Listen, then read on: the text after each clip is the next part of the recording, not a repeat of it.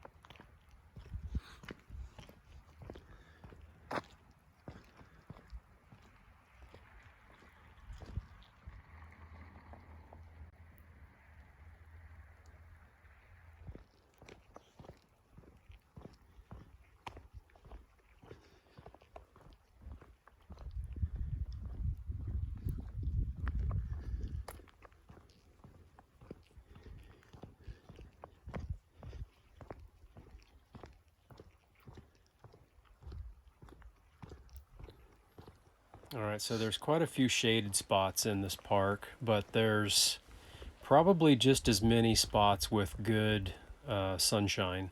So if you've got solar, that'll work well. If you can find a spot that doesn't have a bunch of trees and shade. So like this one, that's got some good views to the sky. This one as well, but there are a few other ones that have a lot of good shade. So if that's what you prefer, you can definitely find one. Now there are some really deep spots too. I think the most of these sites are right around 40 feet deep, but there are a few that are about 60. And there's also, I think the shortest one is 20 or 25 feet. So, but yeah, you can see a lot of them are will accommodate a pretty good size rig plus the tow vehicle.